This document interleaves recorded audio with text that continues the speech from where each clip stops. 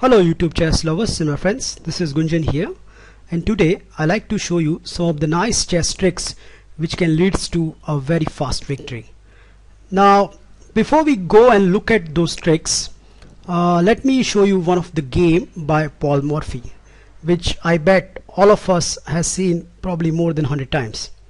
Now this game was played in early 90s where Morphy was white and Morphy started with the move e4 and his opponent responded with the move b6, and after d4 bishop to b7 Morphy responded with bishop to d3, and here his opponent played this horrible looking move which is f5, and here this game was remembered for a long time after e cross f5, which at first sight looks like giving up a rook, so his opponent greedily captured the g2 pawn, but after very simple queen check and g6 f cross g6, Morphy's opponent here responded with knight to f6, so attacking the queen. And if you have seen this position first time, then there is a mate in 2. You can pause the video and you can try your own. I'm showing you right now. So the very simple move is g cross h7 with give a discover check, and after force reply knight cross h5 we have lovely checkmate which is bishop to g6. And I bet many of us have seen this game few times and saying why you are showing this game, but the whole idea of showing you this game is many people doesn't know the modern variation of it. So today I'm going to show you a particularly dirty tricks which can lead to a very fast victory.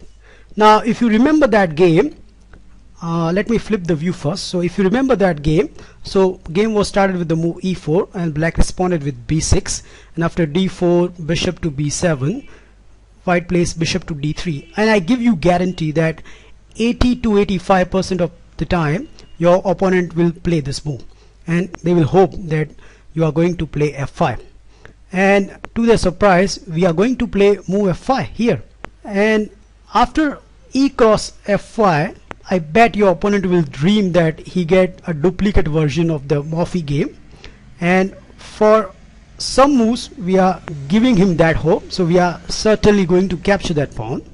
And after queen check and g6, after f cross g6, here comes this twist in the game because we are going to stun him with this move bishop to g7.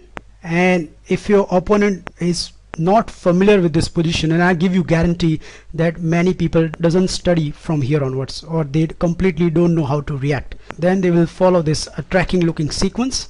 So after g cross h7 we have a discover attack to the king, and after king to f8 the most logical reply by the white is h cross g8 equals queen, and after king captures, to his horror he will find out that right now this queen has been attacked by the black rook, and the most important thing is this rook will now a goner. So you won't believe, but I have beat an IM on the chess.com and he doesn't know how to react from here onwards. The thing is, many people doesn't study beyond certain lines, and there are many inventions exist, and if you are not familiar with those, then you might get into the trouble. And this is exactly what happened. My game with an IM, he responded with bishop to c4 check, but after very simple e6 and queen to g4 I simply grab the rook in the corner, and if you count the pieces right now, black emerged with an exchange up against knight and pawn, and if you play accurately from here onwards then you can easily win this game, and that's what happened in the game. So that is one nasty and dirty trick which I give you guarantee many of your opponent will not know, and they will fall into this. Now as a white player, if somebody try the same trick against you, then you should better know how to react, and trust me, playing accurately against this system required a great deal of accuracy. So here white should certainly capture this pawn, and after very nature looking bishop cross g2 white will give this queen check, and after g6 f cross g6 and bishop to g7 we are going to capture that pawn once again. So g cross h7, and after very natural looking king to f8, here comes the first twist. And please remember this, if your opponent plays bishop to g7, then you should respond it with this winning move, knight to f3. Now the first merit of knight to f3 is it's free of this rook. So now if black doesn't capture this rook, then this rook will be escaped. Let's see some of the response by the black. Here black has a 3 genuine reply. Let's deal each by turn. So if here black first of all take this knight, so bishop cross f3, then the very simple is queen cross f3, and we are going to fork king and a rook. Please note, if the king goes to the e8, then there will be a checkmate in 1 after bishop to g6, so that is impossible. And the natural looking move is knight to f6, but then very simple repetition is queen cross a8, and white is a clear rook ahead. So that is bishop cross f3. Here black can go for the rook hunt, so bishop cross h1. Well, against this white has a very tricky move, which is knight to e5. Now knight to e5 doesn't look that much strong at first glance, but more you look at it, more you will find it has a big venom as per the position. So for example, first threat of the white is to give a checkmate to the black king, and the second is this knight can jump into the beautiful square g6, where it can create all sorts of problem to the black king. So the only logical reply for the black is to capture this knight, so bishop cross e5. But after very simple recapture by the pawn, still some nasty threats are looming. So for example, in one of my game, my opponent responded with queen to e8, but after very simple bishop to h6 check, the only reply left is knight takes h6. But after queen takes h6 and king to f7, white has a winning move, which is bishop to c4. Please note, if e6 has been played, then the queen to f6 leads to the checkmate. So in the game my opponent responded with d5, but he completely missed this move, which is e6 and this is checkmate as well. So that is bishop cross h1.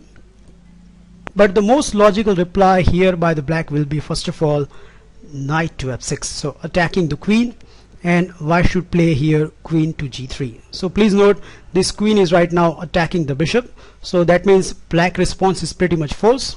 If here black plays bishop cross h1, then the very simple reply by the white is bishop to h6, so creating a checkmate threat. And after rook cross h7, defending the checkmate threat, white has a very good reply, which is knight to g5.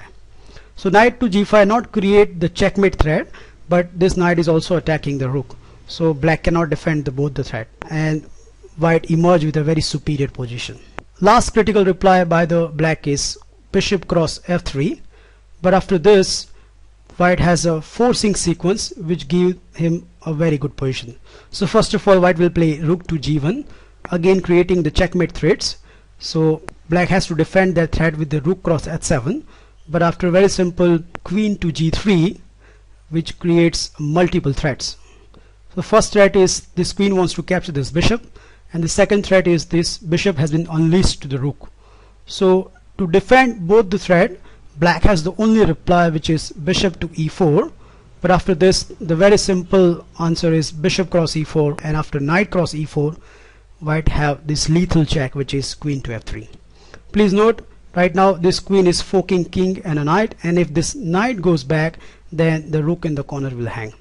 And if you look at this position, you will realize that white is clearly in the driving seat. I hope you enjoy and learn this wonderful chess tricks. I have caught many people off guard, including many 2000 plus players, and please try out in your game. You never know who will be your victim. Please feel free to comment on my video, and I will meet you soon. Bye.